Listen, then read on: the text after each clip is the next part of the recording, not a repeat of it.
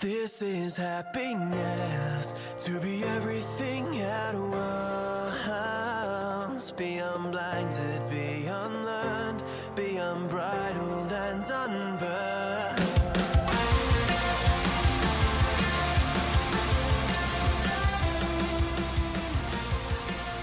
Hey everyone, and welcome back to a brand new episode of Mood Prep. My name is Dave Nixon, and we have the last episode of the year today, which is pretty funny because it came late. I actually am on holidays at the moment, up in near Wollongong in Central Coast. No, it's not. It's the south coast of New South Wales. Anyway, and I left my charger back home, so I had to wait till the shops open today to go buy a charger. So I had my computer.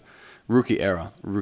Anyway, we're here now, and it is the last episode of the year, and of course it's like, well, what's topical, what should I talk about, or whatever, and coming into New Year's, so tomorrow's my birthday, and it's interesting because I had somebody ask me around setting goals, and should I set, what my opinion were about setting goals at the start of the year. Was it, cliche, or was it useful? It's like, setting targets and goals at any time of the year is fine. It's actually not just leaving it for once a year, and being able to go back to it and tweak it and treat it more like a dynamic, moving, fluid model where as you're growing, you're shifting and changing your goals. Because if you're still sticking onto goals when you were 26 and now you're 35, then maybe 33-year-old you is significantly more intelligent and wiser about what's important to you than 26-year-old you. So being able to be dynamic and fluid with your goals and be able to sort of keep that, minute direction changes as you go through, and sometimes they're not minute, sometimes you're going to flip 180, but either way I think is really crucial. So if the first day of the year is a day where you decide to do that so you can then keep making changes and shifts as you go throughout the year, then great. Like, it's completely up to the individual, and there's a couple of different ways to do that. I'll share one of them later on, probably most likely in the Mood Prep Online group. And if you haven't already got on there, then jump in on Facebook and Mood Prep Online, you'll see it there. Otherwise, today I want to talk about the new year, new me. It can kind of be that theme. It's probably topical to talk out against it nowadays, but that's becoming cliche, right? But in this conversation, it's more so not seeing 2019 as a new opportunity. I want to challenge your thinking with that idea of you're going to make 2019 and really give it a good opportunity and take that opportunity for that it gives you, etc., etc., etc. It's like what we can be caught up in seeing 2019 as one opportunity to really change your life, or change your direction, or to evolve, or to grow, or to hustle, or to whatever word you want to put there. And the difficulty of seeing 2019 as one opportunity is that if for whatever reason in February you fall off the bandwagon, or something changes, or things aren't going the way that you expected because you put high expectations on yourself, which sometimes is a good way to make sure that you fail so you don't actually succeed. Like, there's a lot of psychological things behind it. But the difficulty is that you don't have one opportunity in 2019. And if we see it that way, then it's easy to falter. It's easy to lose one opportunity, right? The thing is that we actually have 365 opportunities. Now, what's even more fascinating, the 365 days that we have in 2019, when you can change and do whatever. You can quit your job any day. You can start a business any day, right? You can do anything almost on any. You can book a ticket. You can ask somebody a question. You can do anything on any one of those days, right? The interesting thing is that each one of those days has 86,400 opportunities. Now, fair enough, you're sleeping for some of those, good chunk of them hopefully, so you can keep up your rest and recovery. But out of the 86,400 seconds available to you every single day, you have an opportunity in every single moment to be a new human being. And when I say new, as in release yourself from old garbage that you hold on to that's just not serving you. Like, it's worth leaving crap in 2018, or even crap that was from 2010, and leaving it and working on leaving all the garbage that's holding you back to the past, because it's that crap that's stopping you from really letting yourself be who you are. It's not about becoming yourself, it's about unbecoming who you're not.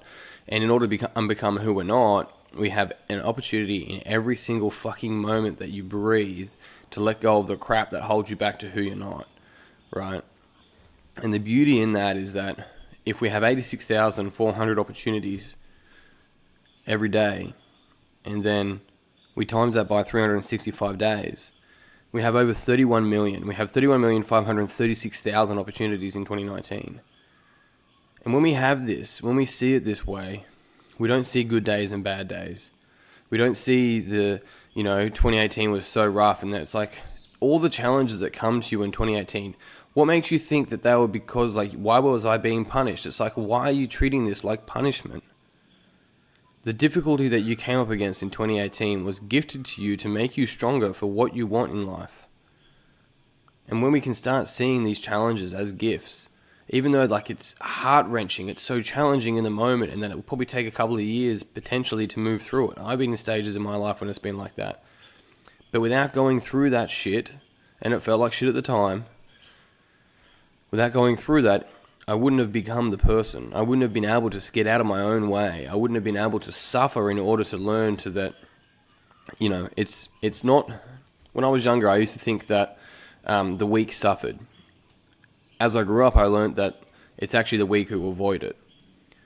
The strong will move through suffering because they understand that on the other side of suffering, on the other side of difficulty, on the other side of the darkest part of the forest to them is actually what they want. That's where their freedom is. The freedom isn't in avoiding suffering. The freedom isn't finding the easiest way. And it's not even finding the hardest way either, because that's not intelligent. It's in the integration. It's in the synergy of both.